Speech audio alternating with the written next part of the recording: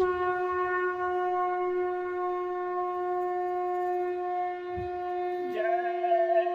गुरुदेव।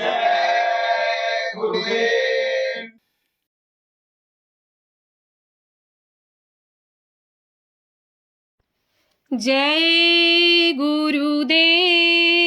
जय गुरुदेव। जय गुरुदेव। जय गुरुदेव। जय गुरुदेव।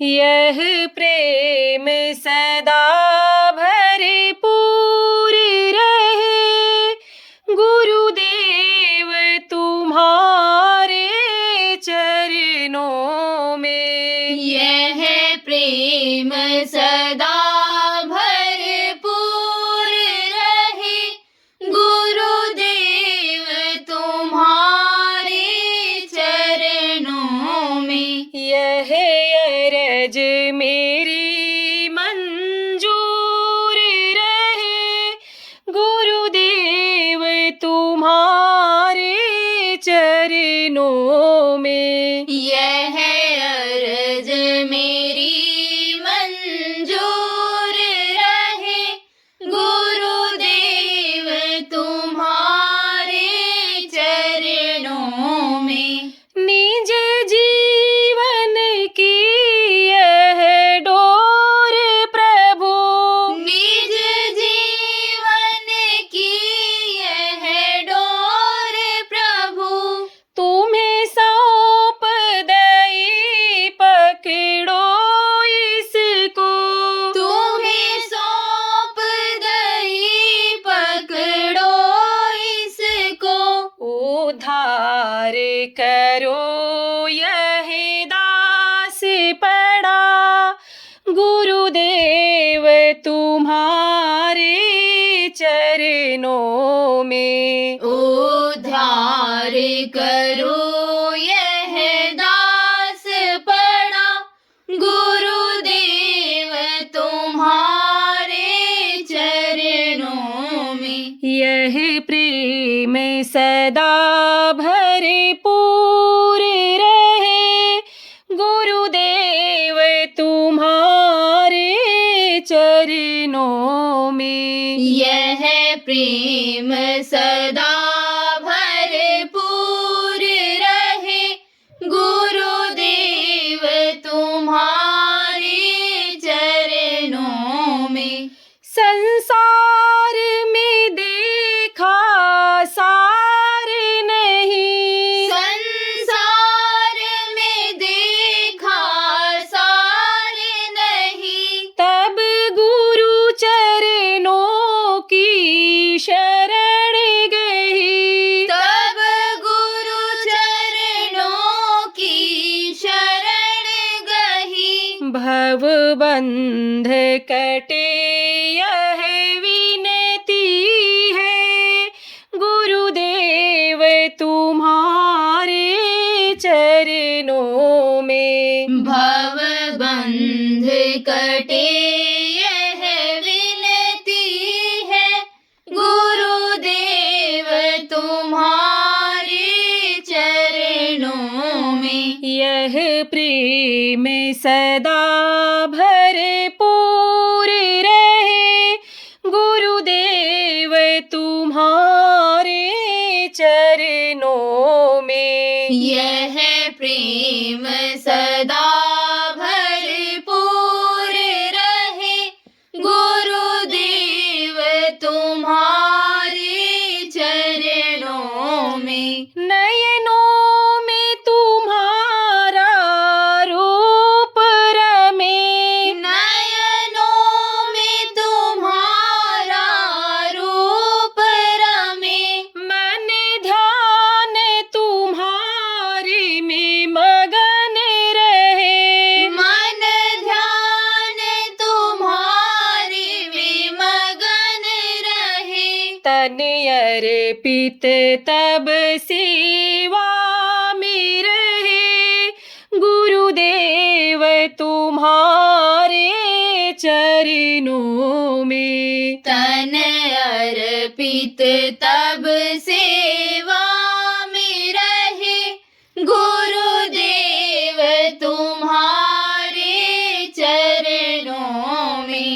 यह प्रेम सदा भरपूर रहे, गुरुदेव तुम्हारे चरणों में। यह प्रेम सदा भरपूर रहे, गुरुदेव तुम्हारे चरणों में। जो शब्द मेरे मुख से निकले, जो शब्द मेरे मुख से निकले, मेरे नाथ उन्हें समझे पिघले। मेरे नाथ उन्हें समझे पिघले।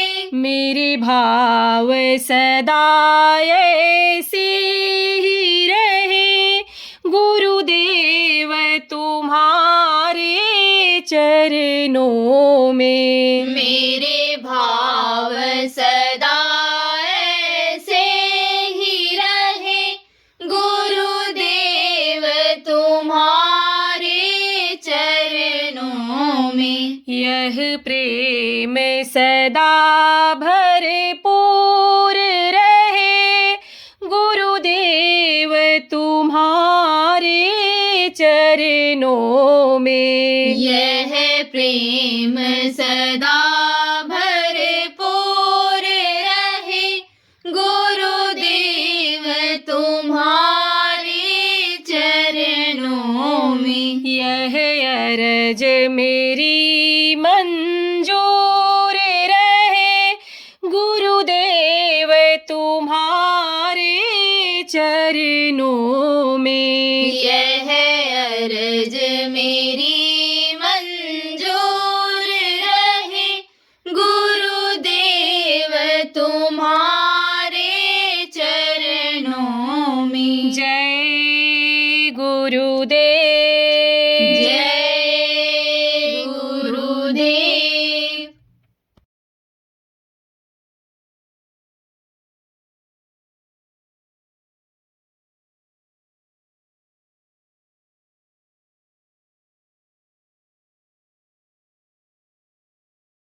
कोई कहता है कि बच्चा कई साल से पढ़ रहा है लेकिन पास नहीं हो रहा है, तो अब आपको मालूम ही नहीं है कि कौन सा बच्चा कहाँ पास होता है। आपसे बच्चे ने तो कह दिया, बच्ची ने कह दिया कि हम IAS बनेंगे। IAS किसको कहते हैं? वहदा बड़ा होता है, भारत देश का बड़ा वहदा है। वो डिग्री ऐसी है कि IAS ही जो है ये कलेक्टर होते हैं और यही आगे बढ़ जाते हैं, कमिश्नर और बड़े बड़े अधिकारी बन जाते हैं।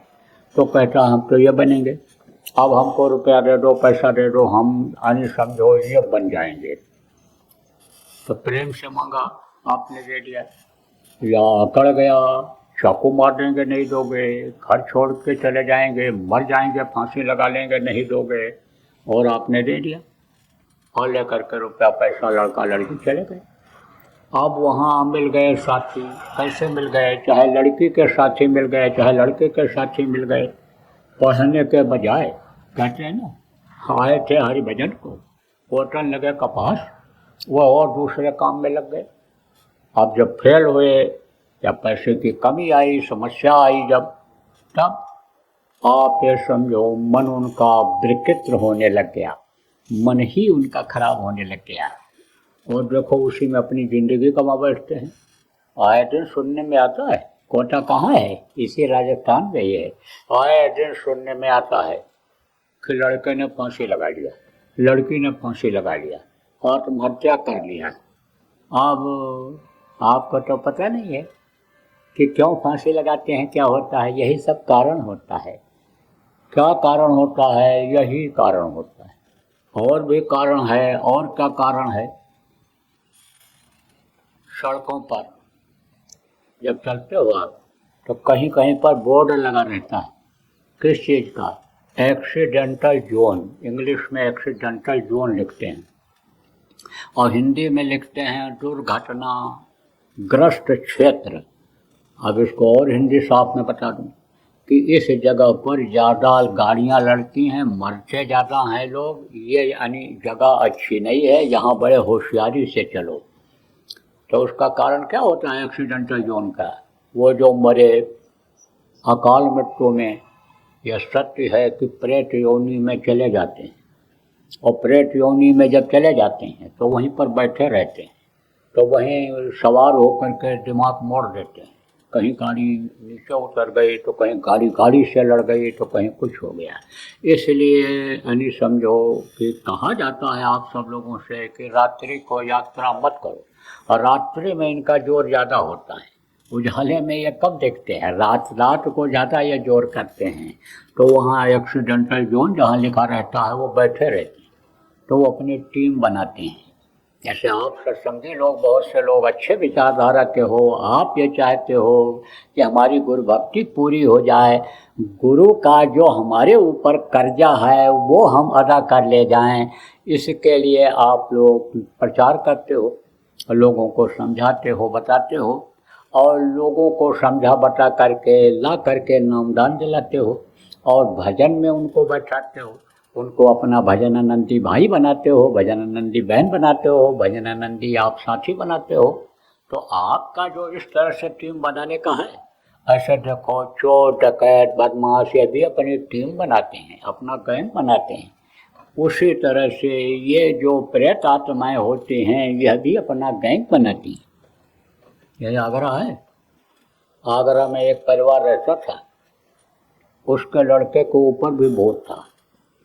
तब वो अपनी माँ से कहा कि माता जी, वो जो कुआं है, कुएं में अंदर लोग हैं, वो हमको बुला रहे हैं, कह रहे हैं तुम भी चले आओ, तुम भी यहीं चले आओ, आ जाओ मेरे पास। तो माँ कहे नहीं बेटा, तुम उधर कुएं की तरफ मत जाना, कहीं उसमें गिरा जाओ। हाँ माता जी। और फिर एक दिन क्या हुआ तो उसी कुएं में गया कूद करके और ख़त्म हो गया। तो आप ये समझो ये टीम बनाते हैं, प्रेत आत्माएं ये अपनी टीम बनाती हैं। प्रेत योनि में जब चले जाते हैं तो वो अपनी टीम बनाते हैं। तो ऐसे ही ये बच्चे बच्चियाँ या अनमोल मनुष्य शरीर जो मिला है, देवता जिसके लिए तरसते हैं, इनका जवानी में ही ख़त्म हो जा रहा है।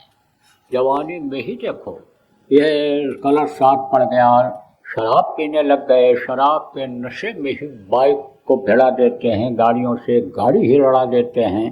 शराबी को ही देखो शराब की बोतलों से मार डालता है। आप ये समझो खुद भी अपने सिर पर मारने लगता है मदहोश जब हो जाता है। तो इनका सबका क्या कारण है? कारण यही है कि ध्यान नहीं रखा गया। अब आप तो जवान बच्चे हो, आपको उसमें ध्यान देने की ज़रूरत है कि भाई आपके संस्कार अच्छे हैं। संस्कार किसको कहते हैं? जो जहाँ रहता है उसी हिसाब से उसका संस्कार बन जाता है। एक राजा ने कहा ना कि मनुष्य यानी समझो कुछ नहीं करता है, सब वो भगवान करता है, वही सब करता है। तो मंत्री ने कहा करता तो वो सब है, लेकिन बहुत कुछ आदमियों से सीख मिलती है। आदमी का वस्तार आदमी होता है। तो राजा के समझ में नहीं आया, कहा हमको समझाओ इस बात को। बोला ठीक है। मंत्री ने कहा आप हमको 4-5 दुर्मुहे बच्चे ला दो, दुर्मुहे बच्चे मंगवा दो। मंगवा दिया। और फिर मंत्री क्या किया, उससे पहले ही, बच्चों को मंगाने से पहले ही जंगल में एक घर बनवाया था, और वहाँ पर बहुत सा सामान खाने पीने का रखवा दिया था। बच्चे जब आ गए तो गूंगी और बहरी दाई जो बच्चों की सेवा करती है, उसको दाई कहते हैं, नहीं समझते हो आप लोग? उसको पैसा दे करके रख दिया कि बच्चे को नहलाओ धुलाओ, टट्टी पेशाब इनका जैसे है कराओ, बनाओ, खाओ, खिलाओ, बच्चों को अपने साथ रखो। अब वो बच्चों को लेकर के जंगल में रहने लगी।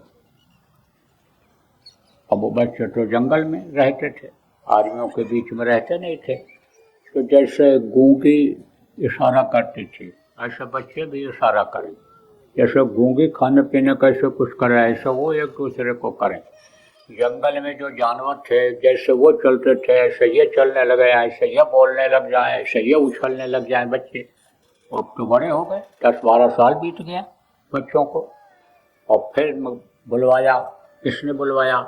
मंत्री ने उन बच्चों को राजा के सामने पेश किया। अब उनके अंदर आदमी के कोई गुण नहीं, वो तो सब उसी तरह जानवरों के और इस तरह से। तो पूछा राजा ने मंत्री से कि बताओ ये क्या है? तब मंत्री ने कहा कि जो मैंने कहा था तो वस्ताद का वस्ताद आदमी होता है, इनको वस्ताद कोई नहीं मिला, इनका संस्कार इस तरह का नहीं पड़ा कि जिससे ये सब कुछ सीख पाएँ। जो समाज में बच्चे रहते हैं सीखते हैं वो चीज़ इनको सीखने को नहीं मिली।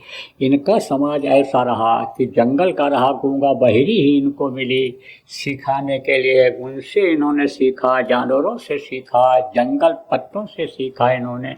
आप ये समझो जैसे जानवर पत्तों को उठा के खाने लगते थे ऐसे बच्चे भी खाने लग जाते थे। तो आप समझो कि साथ नहीं पड़ा, संस्कार ऐसा नहीं बना। अब संस्कार अगर आपका समझो कि अच्छा रहा तब तो आप आए, तो संस्कार तो डाल कर चले गए गुरु महाराज। कैसे संस्कार डाल के चले गए? गुरु का दर्शन करने के लिए। ये देखो सत्संगियों के जो बच्चे हो या माताएं ले जाया करती थी। और कुछ तो ऐसे भी इसमें इक्का दुक्का निकल आओगे कि जब पेट में थे तभी यह नामदान ले ली थी और वहीं ले जा करके संस्कार डाली थी। संस्कार पेट में भी पड़ जाता है। देखो अभिमन्यु, जो पढ़े लिखे लोग हो, उदाहरण देकर इसलिए समझाता हूँ कि किसी तरह से आपके समझ में आ तो जाए। अभिमन्यु माँ के पेट में ही चक्रव्यूह का भेदन करना सीख गया था। संस्कार पड़ गया, सीख गया। वो ऐसे संस्कार आपके ऊपर पड़ गया है और वही संस्कार आपको ले आया। लेकिन उसके बाद या तो इन्होंने ध्यान नहीं रखा और या तो आपको यह कर्म भोगना था कि मानसिक तकलीफ होती है जब, तब आदमी मानसिक तकलीफ में नशा का सेवन करने लग जाता है। आदमी के अंदर ऐसी इच्छा पैदा कर देती है यह माया।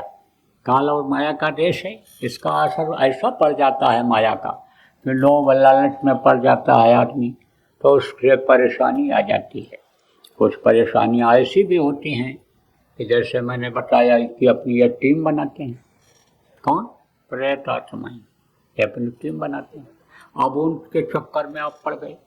आपको तो पता नहीं कि कहाँ कहाँ उनका स्थान है, क्योंकि इन बाहरी आँखों से तो दिखाई नहीं पड़ते हैं।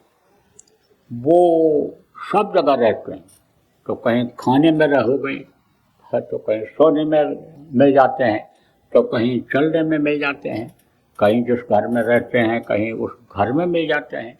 तो वो लग गए तो वो शांति से नहीं बैठने दे रहे हैं, वो नहीं करने दे रहे हैं। कभी कभी देखो यही नौजवान बच्चे आप पे समझो बहुत अच्छे रहते हैं।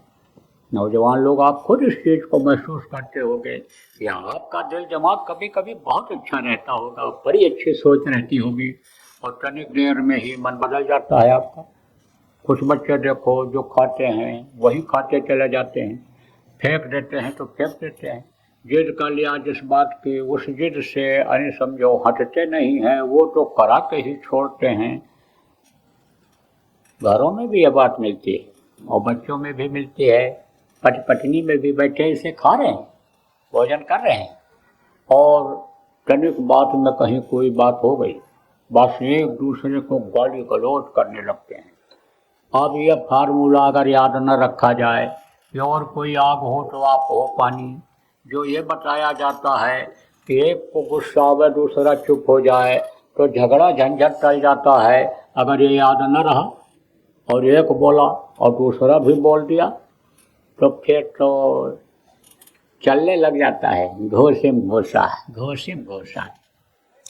पहले बातों की लड़ाई होती है और फिर मल युद्ध जिसको कहते हैं, शरीर से मारपीट शुरू हो जाता है और फिर कोर्ट और कचहरी की लड़ाई चालू हो जाती है, तलाक के मुकदमे चालू हो जाते हैं। तो अब ये सब क्या होता है? न चाहते हुए भी हो जाता है। इन सब का मुख्य कारण यही होता है, आदमी का ऐसा बनता है, यह कारण ऐसा होता है कि वो दुख पा जाए। देखो इस वक्त पर मैं देख रहा हूँ यह समस्याएं बहुत हैं। अभी तक तो कुछ समय पहले तक लोग अपनी बातों को कह भी नहीं पाते थे, और जब ये हो गया कि भाई कहने से अनेक तकलीफ़ों में आराम मिलेगा, जाने से ये प्रचार कर देते हैं कि बाबा से कहोगे, बाबा के पास जाओगे, मिलोगे तो तुम्हारी तकलीफ़ें दूर होंगी, तो बहुत लोग आने लग गए। और अभी मैं लाइन लगाऊं, लाइन में मिलूंगा लोगों से, ये लाइन लगाते हैं। आप जो पहली बार आए हो, देखना चाहो देख लेना, कितनी बातें लोग ये कहते हैं अपनी अपनी समस्याएं।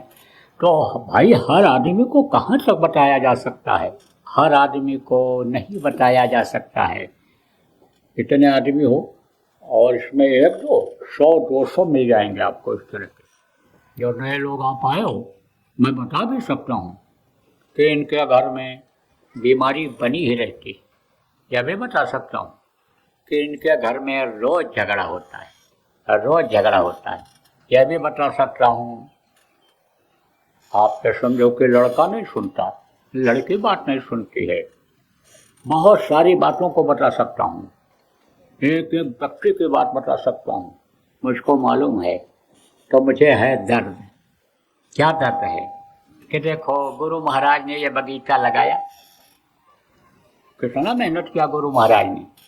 पुराने लोग हो आप सोचो, पैदल चल चल करके, सवारी का साधन नहीं था और ढांढियों में जाते थे। वहाँ प्रेमियों को वो बच्चे जो थे उनको समझाते थे, उनको बताते थे, नामदान दे करके भजन कराया उनको। जो नामदान ले करके भजन में लगे, गुरु के आदेश के पालन में जो रहे, अब देखो सरसब्ज हो गए। सरसब्ज किसको कहते हैं? न खाने की दिक्कत, न पहनने की दिक्कत, और समझो नाम भी उनका समाज में हो गया। बच्चे भी पढ़ लिख करके काम धंधे में लग गए और जो भजन में लगे उनकी तरक्की भी हो गई, वो अब निकल भी गए, इस दुख के संसार में आने वाले नहीं हैं। तो गुरु महाराज ने बहुत मेहनत किया है, तो वो जो संस्कार डाला है वो संस्कार खत्म ना हो जाए। इससे कोई भी अच्छी चीज़ हो, अच्छी से अच्छी चीज़ हो, हीरा देखो है चमक रहा है, और अगर वो मिट्टी में दब गया, गोबर में दब गया, गंदगी में अगर वो दब गया नीचे, तो उसकी कोई कीमत रह जाएगी? नहीं रह जाएगी। इसलिए हमको इस बात की तकलीफ होती है कि गुरु महाराज जिनसे कुछ काम लेना चाहते थे, ऐसी संस्कारी आत्माओं को इस धरती पर उतार दिए। कहाँ उतार दिए? इन्हीं सत्संगियों के बच्चों के रूप में उनकी माँ के कोख में जन्म दिला दिया। और वही बच्चे अब जब कुछ करने का वक्त आया, जब जीवों की जान बचाने का समय आया, जब समझो देश का नाम आगे बढ़ाने का काम आया, समाज के लोगों को सुख पहुंचाने का समय आया, तो यही बच्चे बिगड़ जा रहे हैं। यही बच्चे दुनियादारों से भी ज़्यादा खराब आदतों में पड़ते चले जा रहे हैं। इस चीज़ का मुझे दर्द है, मुझे तकलीफ है। इसलिए आज मैं यही सोचा कि इन्हीं सब बातों को बताया जाएगा, क्योंकि आपको नहीं पता है देश और दुनिया में बहुत बड़ा परिवर्तन होने वाला है, बहुत बड़ा परिवर्तन होगा। और कहाँ के लोग करेंगे? भारत देश के लोग परिवर्तन करेंगे। भारत देश की गरिमा को जो पहले थी, उस गरिमा को बनाए रखेंगे। जो विश्व गुरु कहलाता था भारत, वो विश्व गुरु, आध्यात्मिक गुरु भारत कहलाएगा। परिवर्तन भारत देश के लोगों के द्वारा होगा। वो शक्तियों को, जिनको औदारिक शक्तियाँ कही गई, और उन्हीं के साथ समय पर जो सहायक शक्तियाँ आई, वो सब शक्तियाँ यहाँ आ चुकी हैं। लेकिन यही है कि जैसे गोबर और मिट्टी में हीरा दब जाए, ऐसे ही समझो दबे पड़े हुए हैं। और वो यही सब कारण है कि खान पान का असर हो गया, अन्न दोष जिसको कहते हैं, स्थान दोष जिसको कहते हैं, संग दोष जिसको कहते हैं, वो दोष लग गया। तो करना तो चाहते हैं ये बच्चे, लेकिन कर नहीं पा रहे हैं। तो देखो बच्चों, उम्मीद है आपसे। किससे उम्मीद है? उन बच्चों से जिनकी आदत में ये चीज़ आ गई बुराई, उन बच्चों से उतनी उम्मीद नहीं है। या समझो कि जो बहुत टेढ़ा पेड़ हो गया, वो सीधा नहीं हो सकता है, लेकिन अगर थोड़ा बहुत टेढ़ा है और लकड़ी गाड़ दो सीधी और उसमें बांध दो तो वो सीधा हो जाता है। तो आपसे कुछ उम्मीद है, आपसे उम्मीद है, इसलिए आपको कुछ अपनाने की ज़रूरत है और कुछ करके दिखाने की ज़रूरत है। तो देखो, जो भी जवान हो, जिनके अंदर ताकत है, जिनका दिल दिमाग बुद्धि अभी ताजी है, यानी समझो कि वृद्ध नहीं हुई है, उन लोगों को, आप लोगों को मैं सलाह देता हूँ कि आप संयम और नियम का करो पालन। संयम नियम किसको कहते हैं? नियम यही कहता है, जैसे मोटी बात आपको बता दे रहे हैं, मोटी बात यह है कि नियम यह कहता है जब भूख लगे तब खाओ और शुद्ध अन्न खाओ, शुद्ध चीज़ खाओ, जो हजम हो जाए, जिससे मन प्रसन्न हो, उस चीज़ को खाओ। जैसे कोई आप ये समझो मांस खाता है, मछली खाता है, उतनी प्रसन्नता अंदर से नहीं होती है। लेकिन अगर कोई रबड़ी खाया, मलाई खाया, और समझो दूध ही है, दूध को पका लो, कुछ मत डालो उसमें, चीनी डालोगे उसका स्वाद अलग हो जाए, और उस दूध को खाओ, गाढ़ा दूध को खाओ, खोया को खाओ, देखो कितनी बढ़िया खुशबू आती है, मन कितना प्रसन्न होता है। तो समझो आप प्रेमियों कि मन प्रसन्न हो जाए, उस चीज़ को खाओ पियो। इधर उधर की चीज़ों को खाते हो, आपको नहीं पता है कि बाहर की ये जो चीज़ें आती हैं ये किस लिए आती हैं। इसलिए आती हैं कि इनकी आदत बन जाए, और आदत में उस चीज़ों को खा जाते हो, और वो क्या करता है, शरीर को तो अस्वस्थ करता ही है, शरीर के सिस्टम को तो बिगाड़ता ही है, लेकिन बुद्धि भी खराब कर देता है।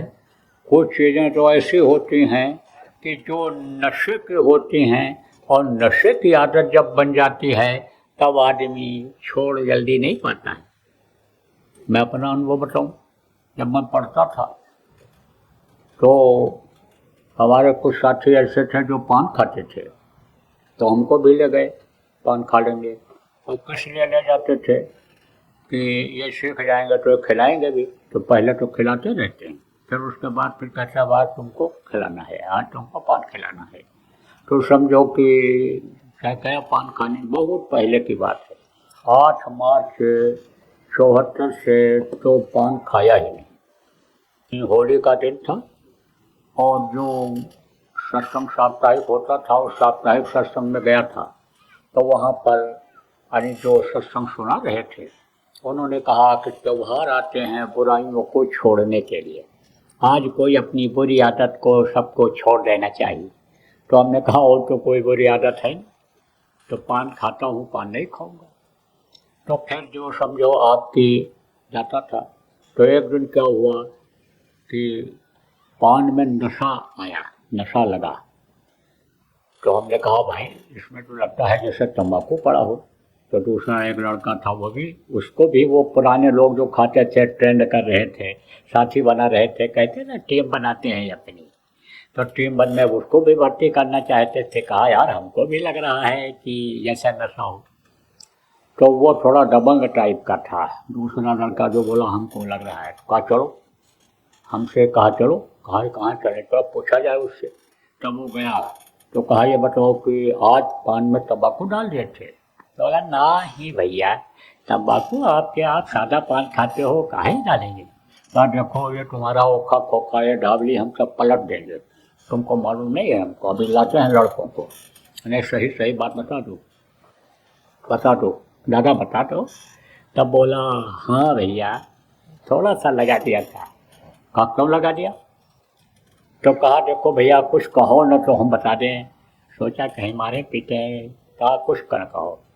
तो हमने कहा ठीक है कुछ नहीं कहा जाएगा, कुछ मत कहना, इनको सही सही बात बताओ।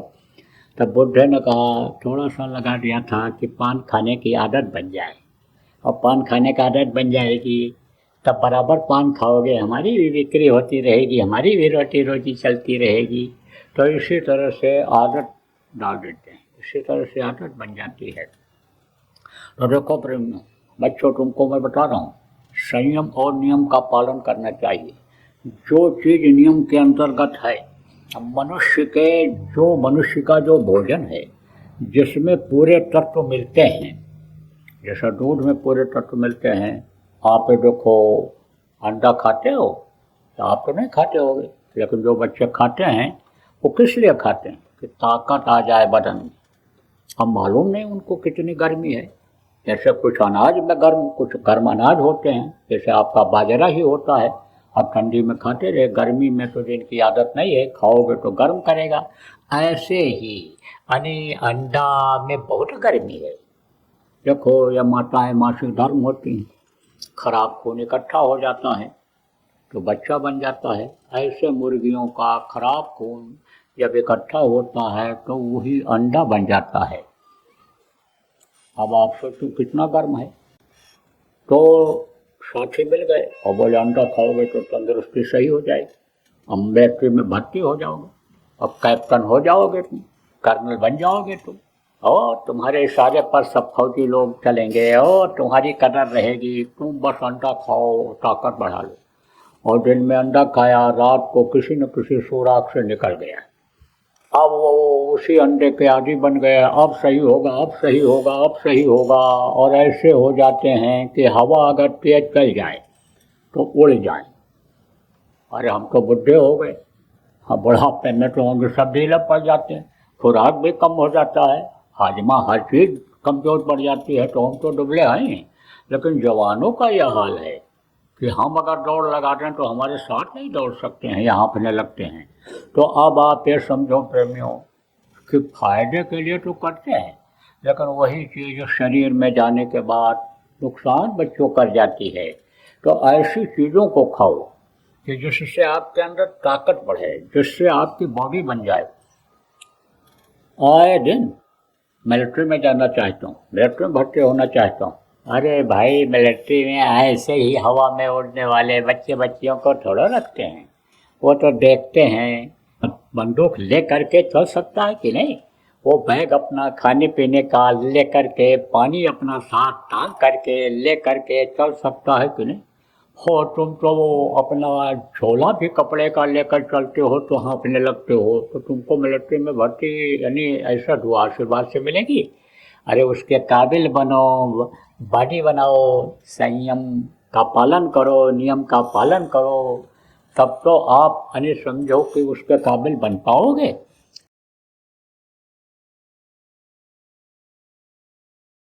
पहला चरण का समाप्त हो रहा है और दूसरे चरण की लोग तैयारी कर रहे हैं। प्रचार तो होगा ही, करना ही है। और प्रेमियों ने ये निर्णय लिया है सभी प्रदेशों के कि दूसरे चरण का जो समापन है वो उज्जैन आश्रम पर होली में किया जाएगा।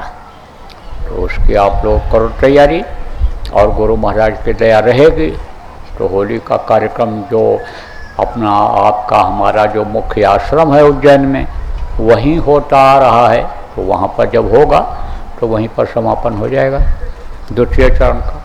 और फिर जैसी मौज होगी गुरु महाराज की आपको आदेश मिलेगा उस हिसाब से आप लोग करिएगा। तो जो लोग अभी इसमें नहीं जुड़ पाए हैं उनको भी जोड़ने की ज़रूरत है, सबको खबर देने की ज़रूरत है, सबके कर्मों को सत्संगियों के काटने की ज़रूरत है। देखो सत्संगी अगर कर्म वाले रह जाएंगे तो सत्संगी को भी वही सज़ा मिलेगी। इसलिए जो भी नामदानी है सबको इसमें लगना चाहिए, लोगों के जान के बचाने में, प्रचार प्रसार में लोगों को लगने की आवश्यकता है।